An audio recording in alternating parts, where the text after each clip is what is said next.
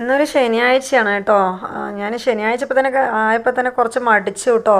ഇന്ന് കുറച്ചും കൂടി ഉറങ്ങിയാലോ എന്നൊക്കെ ഇന്ന് ഉണ്ടായിരുന്നു. പിന്നെ മക്കൾക്കൊക്കെ സ്കൂളുള്ള കാരണം അത് പറ്റിയില്ല. എന്നാലും കുറച്ച് വൈകിട്ടുണ്ട് കേട്ടോ എണീക്കാൻ. ഞാൻ കോലമിടുന്നതൊന്നും ഞാൻ അതിൽ കാണിച്ചിട്ടില്ല. പിന്നെയും സമയമാവും. നമ്മൾ ഈ ഫോണ് അവിടെ ഇവിടെയൊക്കെ നമ്മൾ വെച്ചെടുക്കുമ്പോൾ സമയമാകും പറഞ്ഞിട്ട് ഞാൻ അതൊന്നും കാണിച്ചില്ല. പിന്നെ വേഗം പൂവൊക്കെ പറിച്ചിട്ട് വന്നിട്ട് ഞാൻ അവിടെ വെച്ചിട്ട് അടുക്കളയിൽ വന്നതാട്ടോ. ചോറിനുള്ള വെള്ളം വെക്കുകയാണേ നല്ല പോലെ സമയമായി. പിന്നെ ഞാൻ വേഗം വെള്ളമൊക്കെ വെക്കുകയാണ്. പിന്നെ ഒരു സമാധാനം, വേഗം വേഗുന്ന അരി ഉണ്ടല്ലോ എന്നൊരു സമാധാനമാണ്.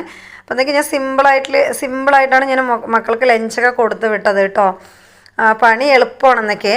അപ്പോൾ ഞാൻ വിളക്കൊക്കെ തെളിയിച്ചു. പിന്നെ പുറത്തോട്ട് ഞാൻ ഇത്തിരി നേരമായാലും പുറത്തോട്ട് കാണിക്കും കേട്ടോ. കാണിച്ചിട്ട് പിന്നെ ഞാൻ ഇവിടെ കൊണ്ട് വെക്കുള്ളൂ. അപ്പോഴത്തേക്ക് ഞാൻ ചോറിനുള്ള വെള്ളം വെച്ചൊക്കെ നല്ലപോലെ ഇങ്ങനെ ചൂടായി വന്നിട്ടുണ്ട്. അപ്പോൾ അരിയൊക്കെ കഴുകിയിടുകയാണ്. പിന്നെ നമ്മൾ പ്രാർത്ഥിച്ച ശേഷം ഞാൻ പൊട്ടൊക്കെ വെച്ചിട്ടാട്ടോ കുറി തൊട്ടിട്ടാണ് അടുക്കളയിലോട്ടൊക്കെ വരിക. അപ്പോൾ നമുക്ക് ഒരു പോസിറ്റീവ് വൈബ് തന്നെയാണ്. അപ്പോഴത്തേക്ക് ഞാൻ പൂച്ചക്കുട്ടന്മാർ ഇവിടെ കിടന്നിട്ട് പാലിന് അടിപിടി കൂടുകയാണ് കേട്ടോ. അപ്പോഴത്തേക്ക് സമയമായി പറഞ്ഞിട്ട് ഞാൻ മക്കളെ വിളിച്ചുണർത്താൻ പോയതാണ്. അവരൊന്ന് എണീക്കാൻ വൈകിയിട്ടുണ്ട്. പിന്നെ ഞാൻ ചായയൊക്കെ വെക്കുകയാണ്. അപ്പുറത്ത് ഞാൻ ചോറ് തിളയ്ക്കുന്നുണ്ട് കേട്ടോ. അന്നേക്ക് ഉരുളക്കിഴങ്ങ് വറുത്തതും അവർക്കെന്നേക്ക് മോരും കൊടുത്ത് വിടാമെന്ന് പറഞ്ഞിട്ടാണ് കേട്ടോ. അവരത് മതിമാന്ന് പറഞ്ഞു. ശരി, എന്തായാലും അന്നേക്ക് സിമ്പിളാക്കി കേട്ടോ.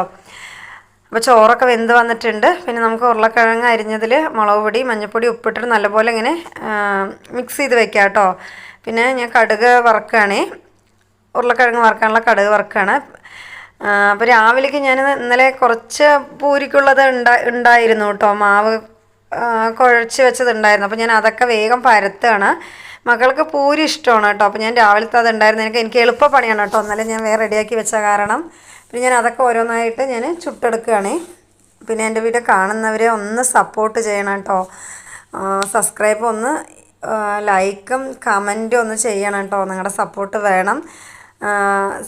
സബ്സ്ക്രൈബർ വരുന്നുണ്ട്, പിന്നെ അൺസബ്സ്ക്രൈബ് ചെയ്ത് പോകുന്നവരും ഉണ്ട് കേട്ടോ. അങ്ങനെ ആരും ചെയ്യരുതേ.